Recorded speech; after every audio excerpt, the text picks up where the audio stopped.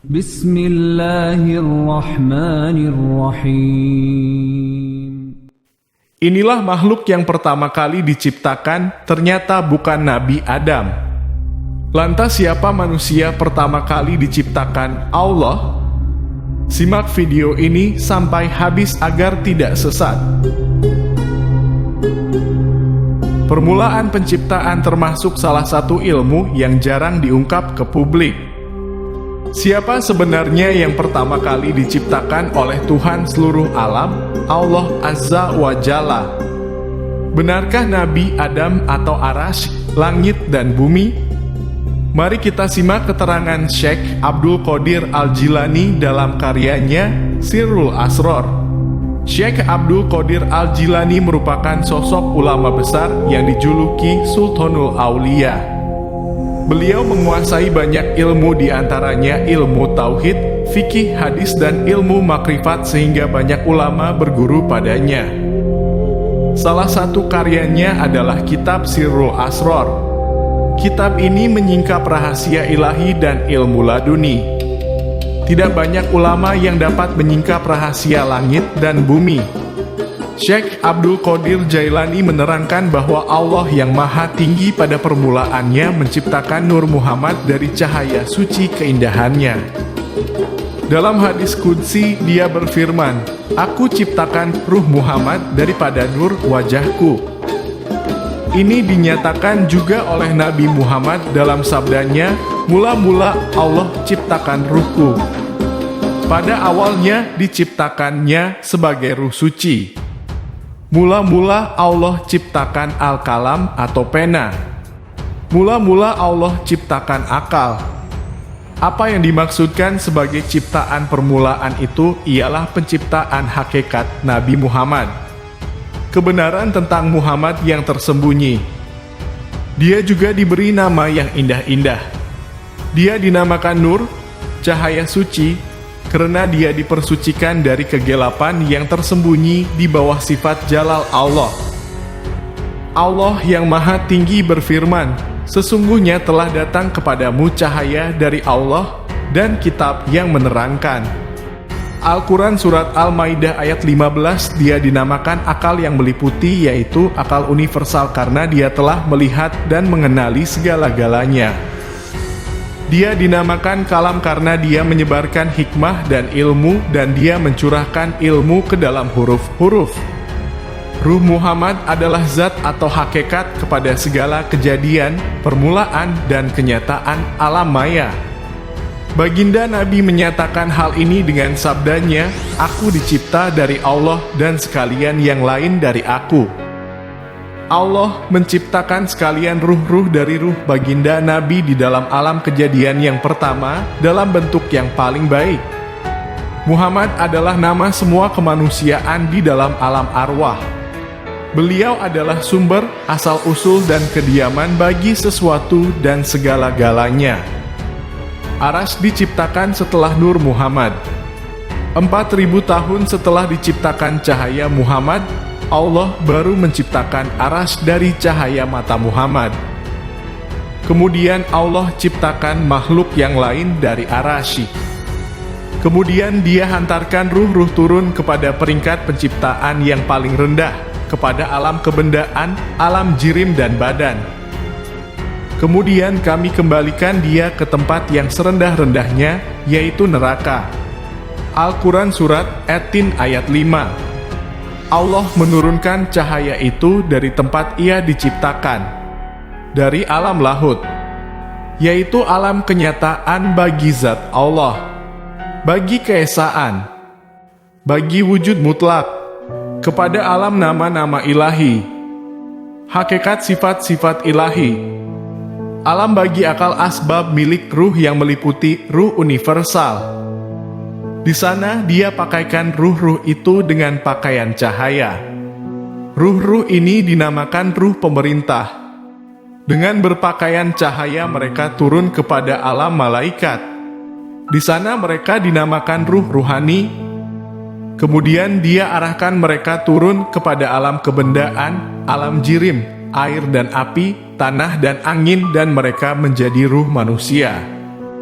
Kemudian dari dunia ini Dia ciptakan tubuh yang berdaging dan berdarah. Dari bumi atau tanah itulah kami menjadikan kamu dan kepadanya kami akan mengembalikan kamu dan daripadanya kami akan mengeluarkan kamu pada kali yang lain. Al-Quran Surat Taha ayat 55. Setelah melalui tingkatan ini, Allah memerintahkan ruh-ruh supaya memasuki badan-badan dan dengan kehendaknya mereka pun masuk. Maka apabila telah kusempurnakan kejadiannya dan kutiupkan kepadanya ruh ciptaanku, maka hendaklah kamu tersungkur dengan bersujud kepadanya. Al-Quran Surat Sad ayat 72. Sampai masanya ruh-ruh itu terikat dengan badan, dengan darah dan daging dan lupa kepada asal-usul kejadian dan perjanjian mereka. Mereka lupa tatkala Allah ciptakan mereka pada alam arwah dan telah bertanya kepada mereka, "Adakah aku Tuhan kamu?" Mereka telah menjawab, "Iya." Namun, mereka lupa kepada ikrar mereka. Mereka lupa kepada asal-usul mereka, lupa juga kepada jalan untuk kembali kepada tempat asal mereka. Tetapi Allah Maha Penyayang, Maha Pengampun, sumber kepada segala keselamatan dan pertolongan bagi sekalian hamba-hambanya.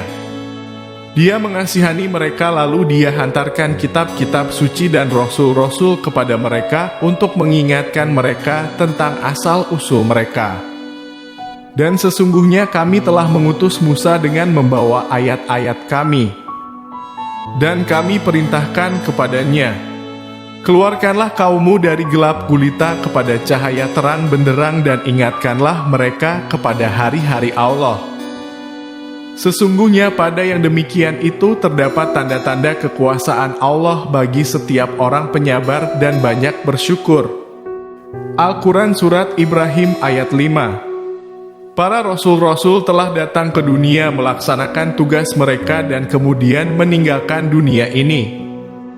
Tujuannya sama, yaitu membimbing manusia, memberi peringatan dan menyadarkannya dari kelalaian mereka.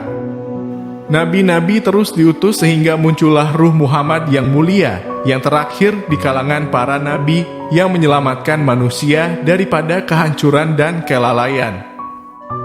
Allah yang Maha Tinggi mengutuskannya untuk membuka mata manusia, yaitu membuka mata hati yang ketiduran. Tujuannya ialah menyadarkan manusia dari kelalaian untuk menyatukan mereka dengan keindahan yang abadi. Allah berfirman, "Katakanlah, inilah jalan agamaku. Aku dan orang-orang yang mengikutiku mengajak kamu kepada Allah dengan hujah yang nyata. Maha suci Allah. Dan aku tiada termasuk orang-orang yang musyrik." Al-Quran Surat Yusuf ayat 108. Nabi memberi petunjuk kepada kita lewat sabda beliau, "Sahabat-sahabatku adalah umpama bintang di langit. Sesiapa daripada mereka yang kamu ikuti, kamu akan temui jalan yang benar." Syekh Abdul Qadir Al-Jailani dalam kitabnya Sirrul Asror telah menjelaskan bahwa yang pertama kali Allah ciptakan adalah Nur Muhammad dari cahaya suci keindahannya. Ini dinyatakan juga oleh baginda Nabi dalam sabdanya, "Mula-mula Allah ciptakan ruhku. Pada awalnya diciptakannya sebagai ruh suci. Mula-mula Allah ciptakan al-kalam atau pena. Mula-mula Allah ciptakan akal. 4.000 tahun setelah diciptakan cahaya Muhammad, Allah baru menciptakan aras dari cahaya mata Muhammad. Kemudian Allah ciptakan makhluk yang lain dari arasy." Kata Syekh Abdul Qadir, semua ilmu di alam dunia ini memerlukan pengetahuan yang datangnya dari alam gaib sebagaimana dijelaskan dalam firman-Nya. Dan kami telah ajarkan kepadanya satu ilmu dari sisi kami, ilmu laduni. Surah Al-Kahfi ayat 65. Kebenaran atau hakikat tidak akan diperoleh dengan hanya menggunakan pengetahuan panca indera dan alam kebendaan saja. Penyembahan kepada Zat yang Maha Kuasa memerlukan peraturan syariat dan makrifat. Allah berfirman, "Dan tidak aku jadikan jin dan manusia, melainkan untuk beribadah kepadaku. Al-Quran Surat Zariyat ayat 56. Dalam kata lain, mereka diciptakan supaya mengenali Aku. Jika seseorang tidak mengenalinya, bagaimana dia dapat memujinya dengan sebenar-benarnya, meminta pertolongannya, dan beribadah kepadanya? Itulah pentingnya makrifat agar dapat mengenalinya. Allah yang Maha Tinggi berfirman melalui Rasul-Nya, Aku adalah perbendaharaan yang tersembunyi. Aku suka dikenali, lalu aku ciptakan makhluk supaya aku dikenali. Tujuan suci diciptakan manusia ialah supaya mereka mengenali Allah, memperolehi makrifat. Ada dua peringkat makrifat yang suci. Seseorang itu perlu mengenali sifat-sifat Allah dan dalil-dalil yang menjadi kenyataan atau penzahiran bagi sifat-sifat tersebut. Satu lagi ialah mengenali zat Allah. Nabi Muhammad menggambarkan kedudukan beliau di sisi Allah. Tiada hijab, tiada halangan di antara kewujudannya dengan zat Allah. Ada masa aku dengan Allah di mana tiada malaikat yang menemani dan tidak juga nabi yang diutus sebelumnya. Allah juga berfirman melalui Rasul-Nya, jika aku bukakan penutup sifat keperkasaanku dengan bukaan yang sedikit saja, semua akan terbakar sejauh yang dilihat oleh pandanganku. Malaikat Jibril yang menemani Nabi Muhammad pada malam Mi'raj. Ketika sampai di Sidratul Muntaha, Jibril tak kuasa lagi untuk melangkah. Apabila Jibril melangkah satu langkah saja, maka dia akan terbakar menjadi abu. Namun, tidak demikian dengan baginda Nabi Muhammad. Begitulah Allah memuliakan kekasihnya. Allah menciptakan Nur Muhammad sesuai kehendaknya. Penciptaan Nur Muhammad juga sejalan dengan dalil Al-Quran. Allah berfirman yang artinya, sesungguhnya telah datang kepadamu cahaya dari Allah dan kitab yang menjelaskan. Al-Quran Surat Al-Maidah ayat 15. Apa yang dijelaskan Syekh Abdul Qadir Al-Jailani tentang penciptaan Nur Muhammad juga diamini oleh Syekh Nawawi Al-Bantani. Beliau menukil hadis dari Jabir. Sebagaimana tersebut dalam hadis riwayat sahabat Jabir bahwa ketika ditanya perihal makhluk pertama yang diciptakan Allah, Rasulullah menjawab, sungguh Allah menciptakan nur nabimu sebelum segala sesuatu. Allah menjadikan nur itu beredar dengan kuasa Allah sesuai kehendaknya. Saat itu belum ada lauh mahfud, kalam, surga, neraka, malaikat, manusia, jin, bumi, langit, matahari, dan bulan. Atas dasar ini, nur itu adalah substansi, bukan aksiden. Syekh Muhammad Nawawi Al-Bantani, Madarijus Su'ud ila Iktisail Burud. Sesungguhnya telah ada pada diri Rasulullah itu suri teladan yang baik bagimu, yaitu bagi orang yang mengharap rahmat Allah dan kedatangan hari kiamat, dan dia banyak menyebut Allah. Al-Quran Surat Al-Ahzab ayat 21.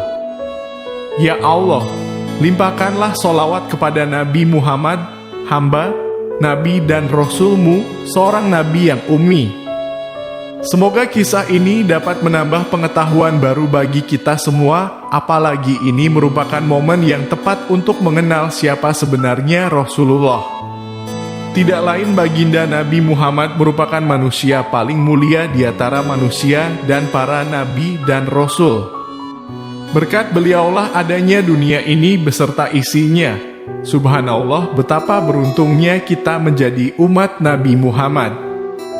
Share video ini ke seluruh media sosial agar dakwah ini bisa sampai ke semua umat Nabi. Jangan lupa tuliskan solawat pada kolom komentar di bawah video ini agar kita semua yang rajin bersolawat mendapatkan syafaat Rasulullah pada hari kiamat.